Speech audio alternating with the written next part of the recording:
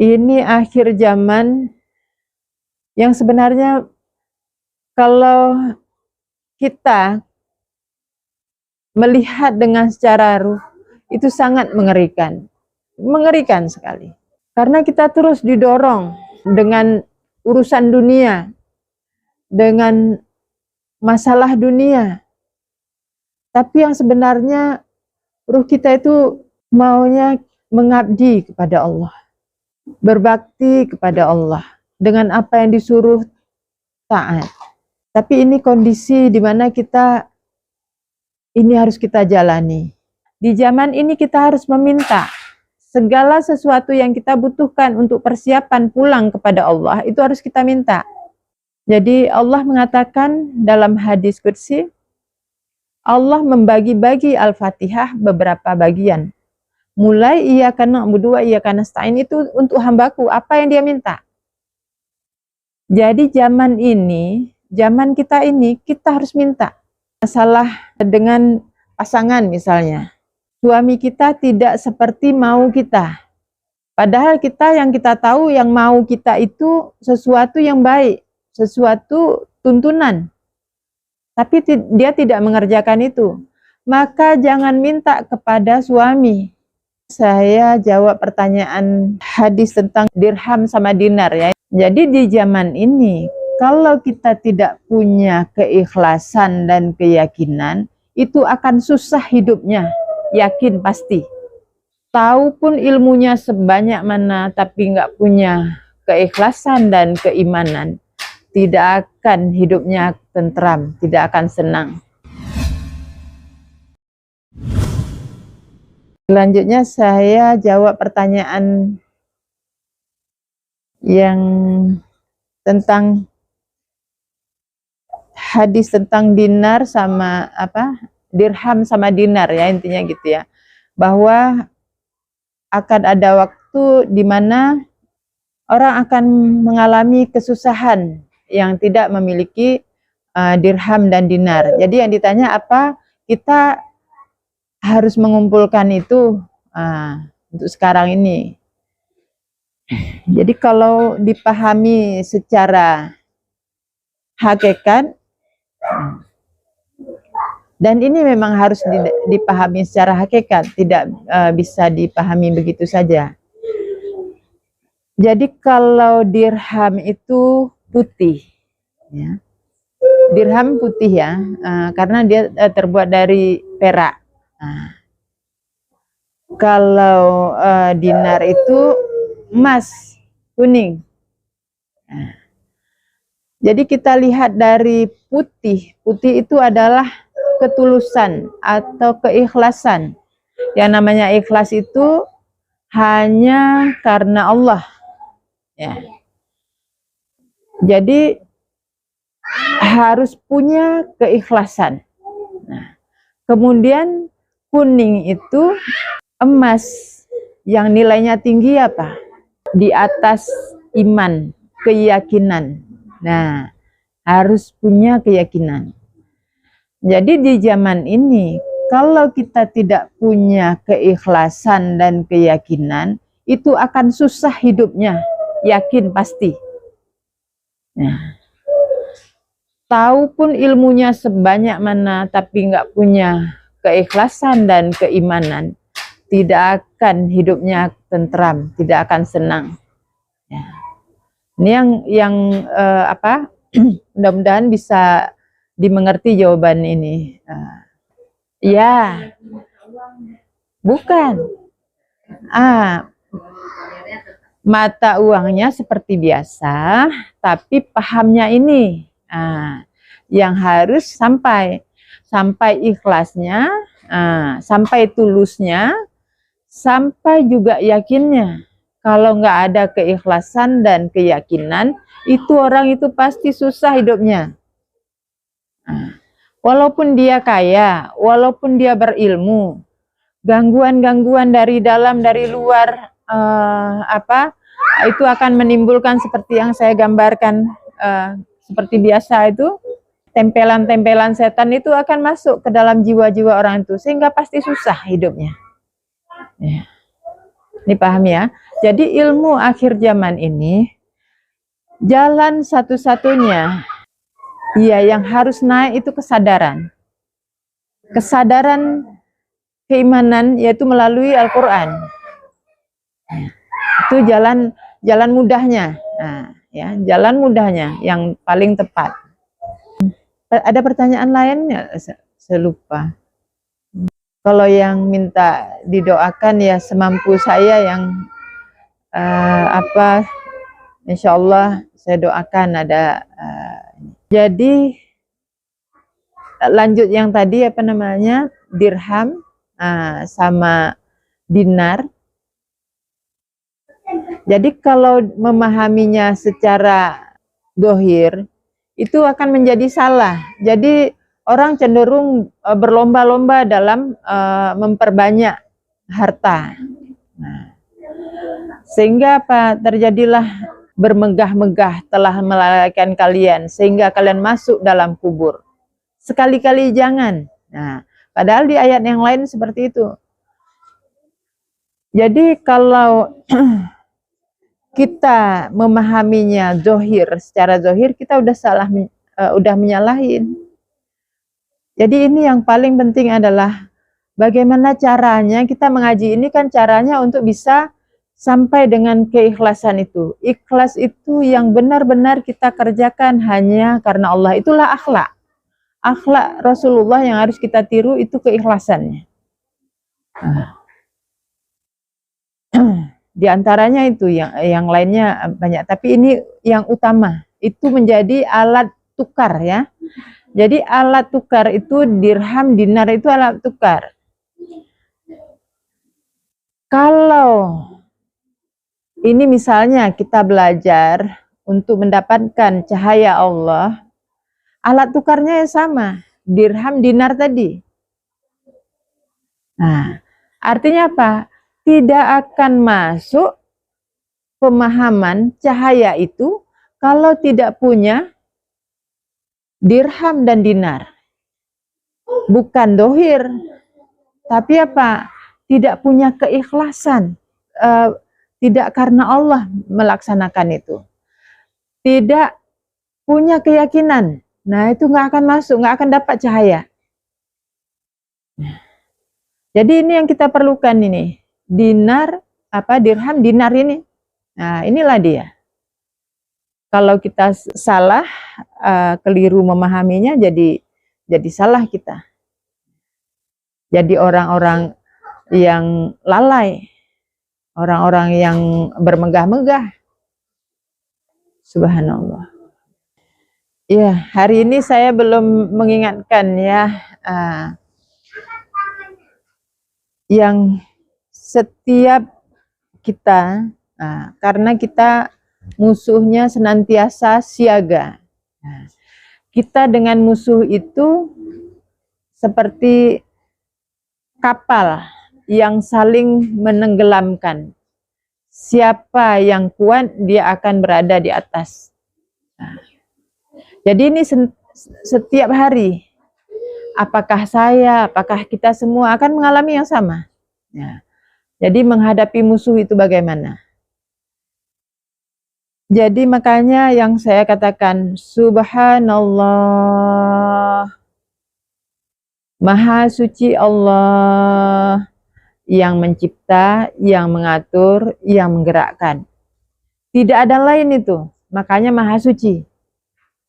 Subhanallah, masukkan kepahaman itu. Yang mencipta, yang mengatur, yang menggerakkan. Walhamdulillah, segala puji milik Allah. Harta, tenaga, ilmu yang kita terima, yang kita beri, yang kita kerjakan, semua milik Allah. Aku kerjakan hanya karena Allah, karena aku diciptakan hanya untuk beribadah kepada Allah. Wala ilaha illallah, tidak ada lain yang kusembah kecuali Allah. Ya Allah, hamba tidak mau menyembah hawa nafsu, maka tolonglah hamba agar teguh dalam pendirian. Allahu Akbar. Yang terjadi semua atas kehendak Allah. Allah Maha Besar. Maha Besar itu mempunyai kebesaran, itu mempunyai titah. Kalau raja itu punya titah. Kehendaknya tidak ada yang bisa menolak. Kalau dia hendak memberi, tidak ada yang bisa menghalangi. Kalau dia menghalangi, tidak akan ada yang bisa memberi. Ini dikuatkan pahamnya ini dulu. Baru kita pakai baju besinya, itu tadi pagar. Langsung, Subhanallah.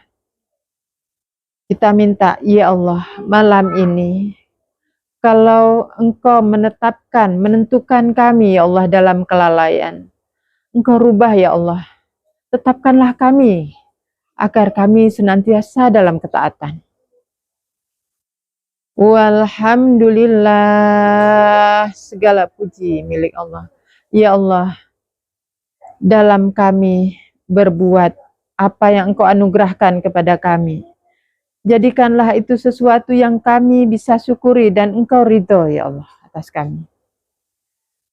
Waktu wala ilaha illallah, ya Allah, dalam kami berdoa, dalam kami berusaha, dalam kami berserah diri, ya Allah. Tetapkanlah kami senantiasa menegakkan kalimat tauhid, la ilaha illallah, dalam keseharian kami, dalam setiap niat dan perilaku kami, ya Allah. Allahu Akbar.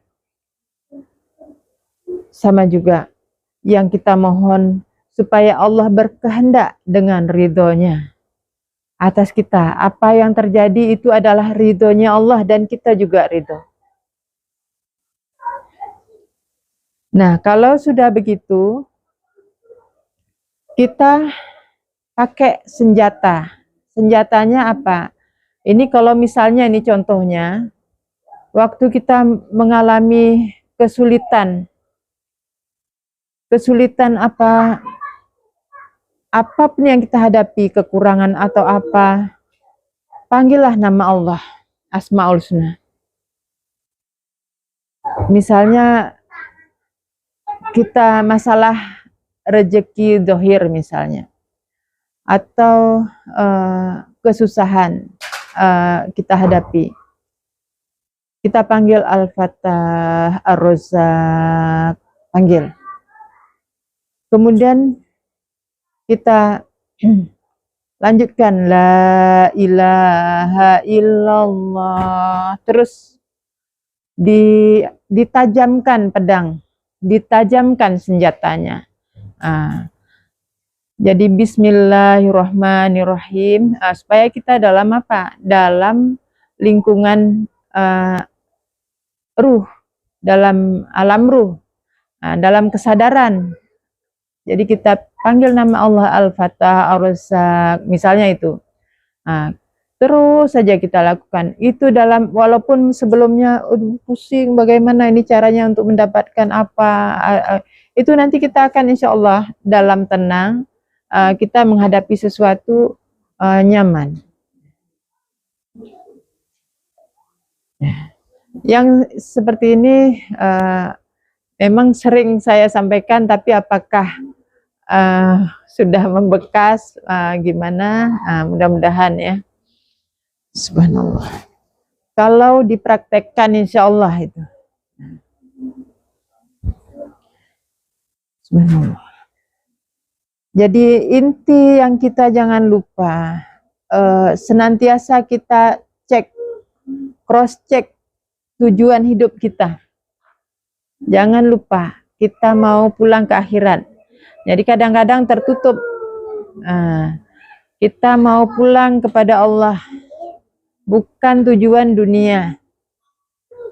Senantiasa kita lihat lagi, oh iya, saya bukan ini tujuan saya. Begitu mengalami masalah seberat apapun, kalau kita ingat akan pulang ke akhirat, kita minta tolong kepada yang punya pertolongan, yaitu Allah. Insya Allah kita akan mengalami apa?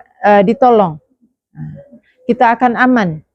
Kalau boleh saya, ini sebelum ada pertanyaan, udah ada? Belum ada? yang sering kasus yang selama ini datang ya, itu kebanyakan memang yang menimpa masalah kesusahan dari rumah tangga, apa namanya,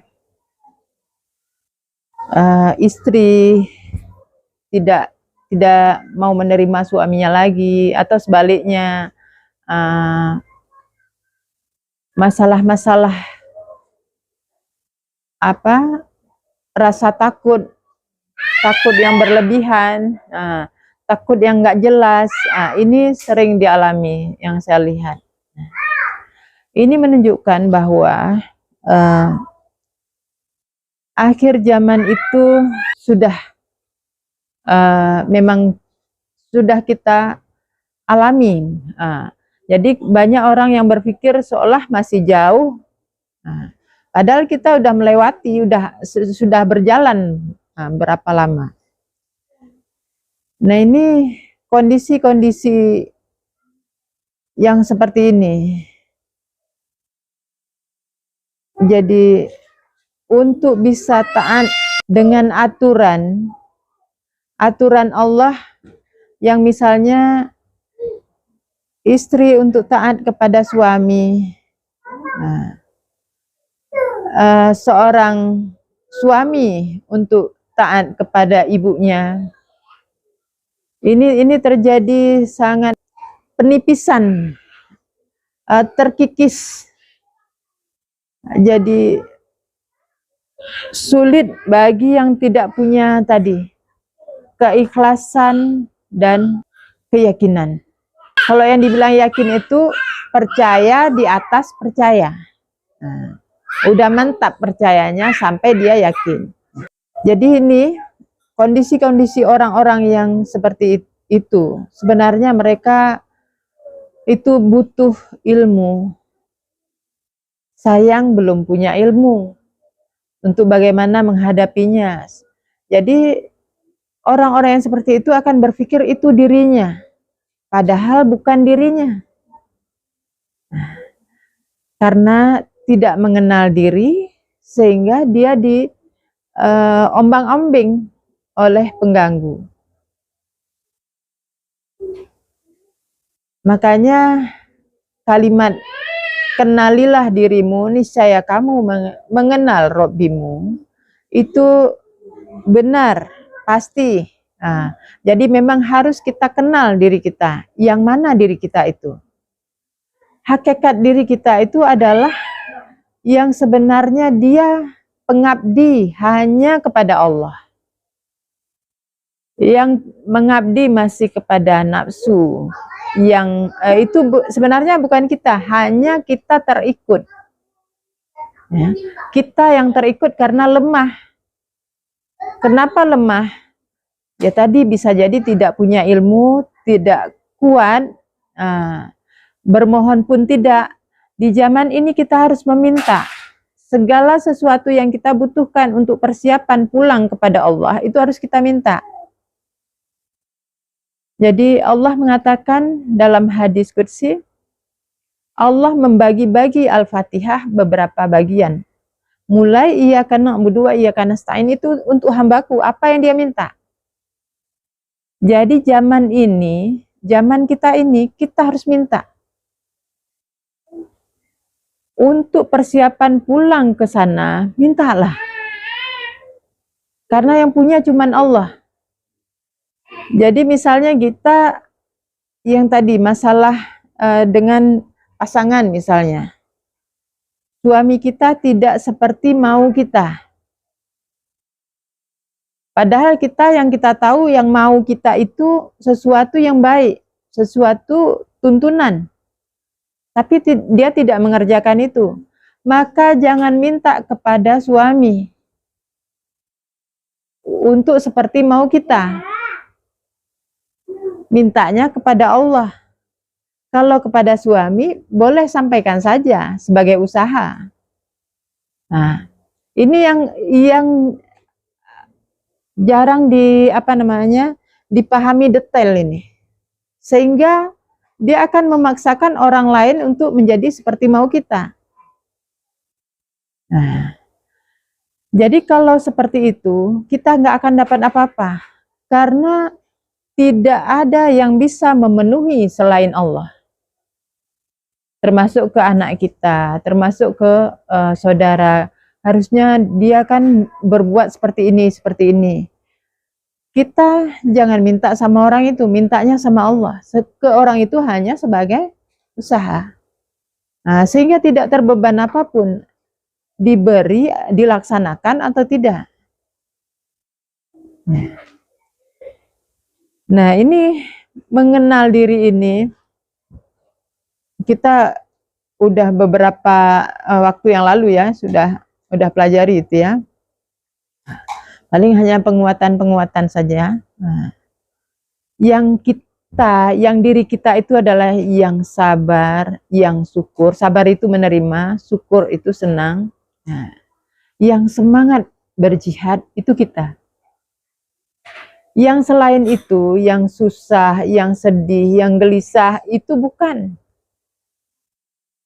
Nah ini harus kita sadar kalau ruh kita kurang makan, bisa pingsan. Kalau pingsan nggak sadar, sholat pun dia nggak tahu apa yang dia bilang. Nah ini jadi kita mohon sama Allah, senantiasa mohon. Mungkin hari ini kita baru mampunya sedikit, kita minta lagi. Karena Allah lah tempat meminta, karena Allah lah yang punya segalanya.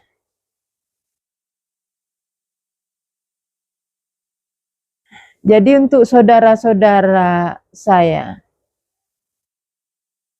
saudara-saudara kita semua, yang belum terpenuhi permintaannya, coba perbaiki niatnya. Mintanya udah benar belum? Tujuannya udah benar belum? Yang minta nafsunya atau dirinya? Nah ini. Jadi yang bukan urusan dunia ya, yang terutama ini untuk urusan kita pulang kampung akhirat. Subhanallah. Walaupun yang urusan dunia ya kita minta juga sama Allah. Tapi yang inti utama kita persiapkan itu adalah untuk pulang ke sana.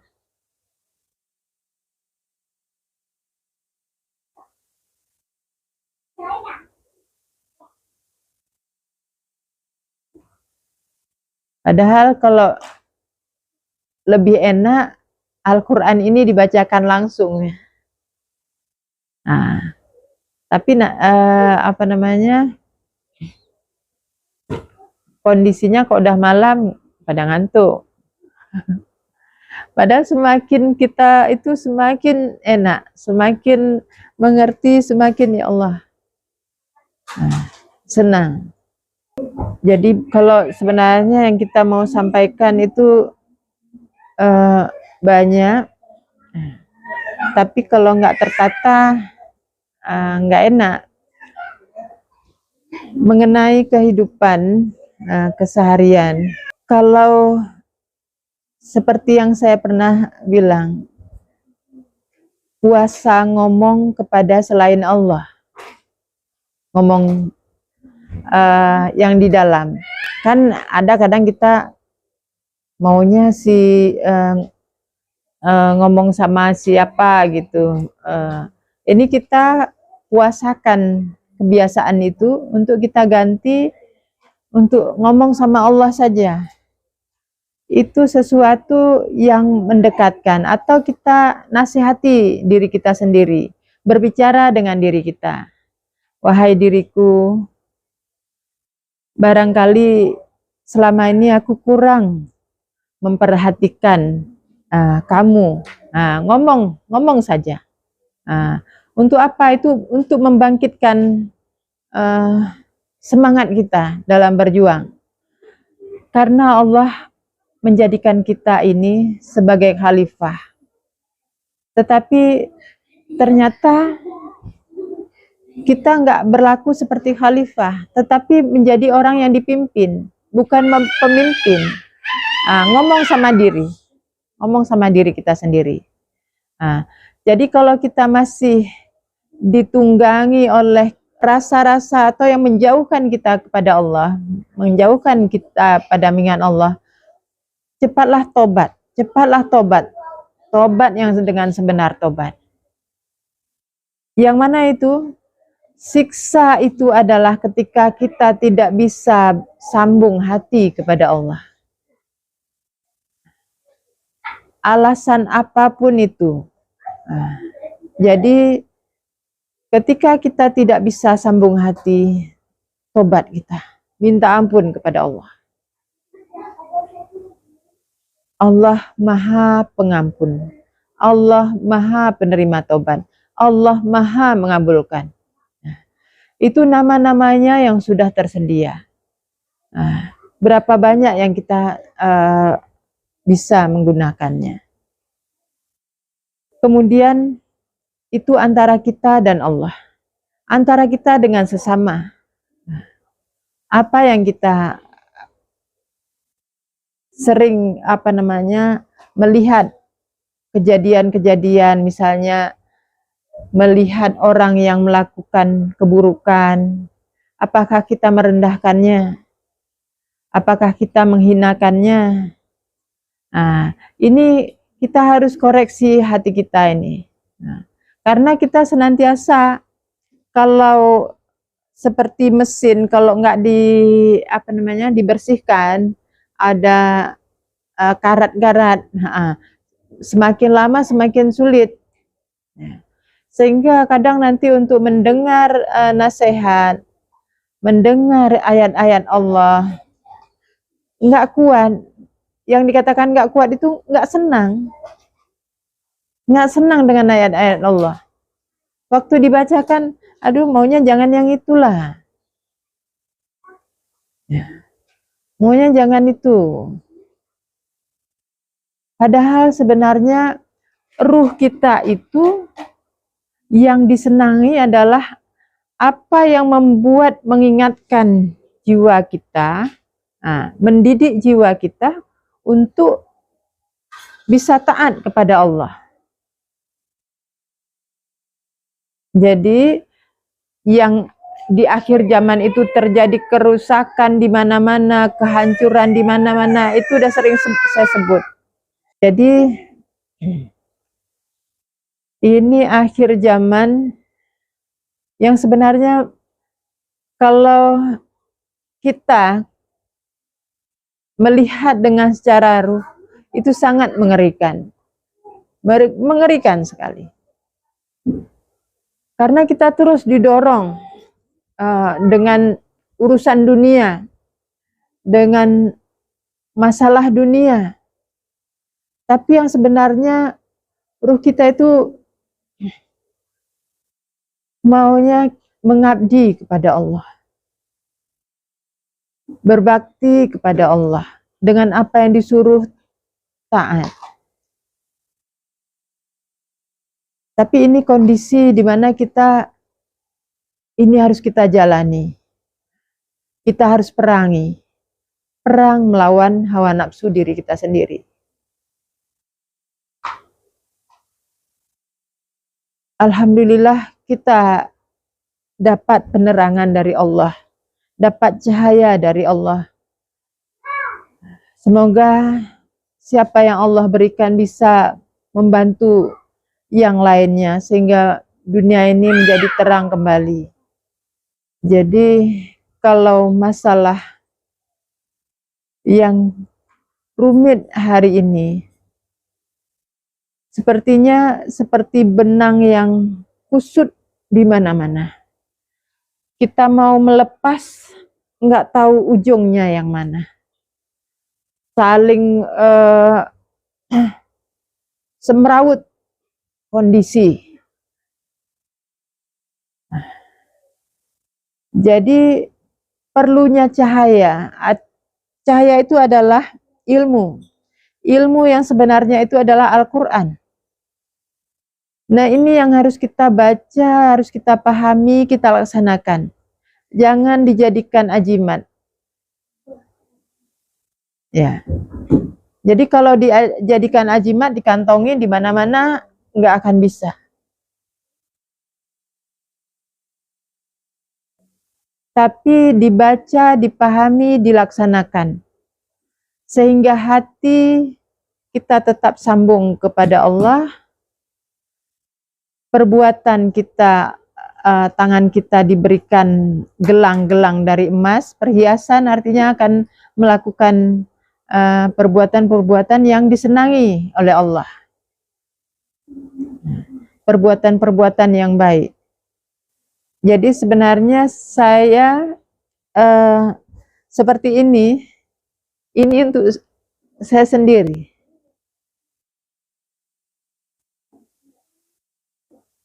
Saya menasihati diri saya melalui kita semua. Karena apa? Untuk mendapatkan cinta Allah itu sebenarnya mahal. Harganya mahal. Karena apa? Dia itu maha. Maha. Untuk mendapatkan cintanya itu, dia maha pengasih, maha penyayang, maha mencintai. Jadi kalau kita hanya dengan kepura-puraan, hanya dengan zohir kita, bahasa-bahasa yang menyenangkan jiwa saja, itu tidak masuk ke kolbu. Itu nggak sampai. Jadi kalau mau saya nanti insya Allah kalau bisa kita pertemuannya lebih cepat begini, kita baca Al-Qur'annya yang panjang, lebih pas lagi ya. Jadi insya Allah kita akan lebih terbimbing karena itu nggak apa namanya, tanpa kita rasa sadari itu akan terbimbing kita. Jadi di pengajian hari Senin, Selasa, Senin, Kamis, dan Sabtu itu terbagi 2. Itu insya Allah yang awal dan yang udah lanjut itu lebih ini mudah. Jadi kalau ada yang mau masuk, nanti masuk yang Sabtu aja yang baru misalnya. Nah, kalau barangkali ada teman atau siapa. Subhanallah. Saya baru dapat info nih ya. Nah, tadi yang barusan saya ngomong nih. Kan saya bilang tadi cinta Allah itu kan mahal karena dia maha. Nah, itu untuk siapa yang orangnya jual mahal juga. Jadi kalau dia murah hati, rendah hati, nah itu Allah sangat pemurah. Jadi kita untuk mendapatkannya dengan mudah apa berarti ya jangan jual mahal, tapi murah hati, rendah hati, sehingga Allah akan mudah mencintai kita. Karena semua itu hukum-hukumnya sudah tertulis nyata. Sekiranya bukan ketentuan yang sudah lalu, niscaya aku putuskan. Tapi karena ini semua sudah ditentukan semuanya, ya tunggu waktu perhitungan. Subhanallah, alhamdulillah. Kalau coba ini buat renungan masing-masing. Sambil malam sendiri bicara kepada diri sendiri. Ya Allah, hamba mohon Engkau ridho ya Allah dengan pembicaraan saya kepada diri saya ini ya Allah.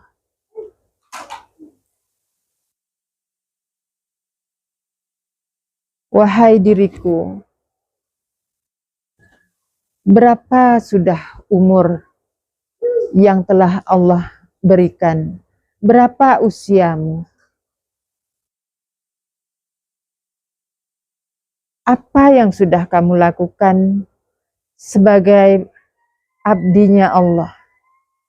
Apakah kamu hanya menikmati karunia-Nya? Dia cinta kamu. Dia sayang kamu. Dia mengasihimu. Tapi apa yang kamu lakukan? Apakah sudah bisa dikatakan kamu membalas kebaikannya? Padahal dia menyuruhmu supaya kamu berbuat baik seperti dia berbuat baik kepadamu. Apakah kamu sudah berbuat baik? Tahukah kamu apa itu berbuat baik? Dia senang kepada hambanya yang berbuat baik untuk dirinya, untuk kerabatnya, untuk semuanya, untuk makhluknya semuanya. Apakah kamu bisa digolongkan atau bisa dikatakan orang yang berbuat baik? Sadarlah, wahai diriku. Waktu kita tidak akan lama. Kita akan segera pulang ke kampung asal. Dan kita akan berpisah. Wahai diriku. Aku kembali kepada Robbi dan kamu kembali kepada asalmu. Waktu yang tersisa sekarang. Waktu yang masih diberi kesempatan sekarang ini. Segeralah bertobat dan ambillah Al-Quran, baca, pahami, laksanakan sehingga kamu bisa mengikuti Rasulullah Muhammad SAW. Itulah jalan selamat. Aku menasehati dirimu supaya keselamatan terjadi, supaya tidak salah arah dalam meniti hidup dan pulang kembali. Inilah malam aku renungkan supaya wahai jiwaku, engkau tumbuh menjadi kesatria yang perkasa di sisi Allah. Engkau menjadi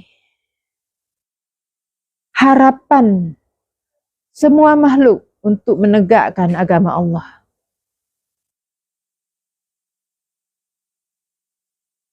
Wahai diriku, tidak ada kata yang lebih indah daripada kata La ilaha illallah. Aku sampaikan ini supaya engkau merenungi, engkau pahami, engkau laksanakan dengan menjunjung junjungan yang maha tinggi. Malam ini demikian dulu. Saya akhiri. Assalamualaikum warahmatullahi wabarakatuh.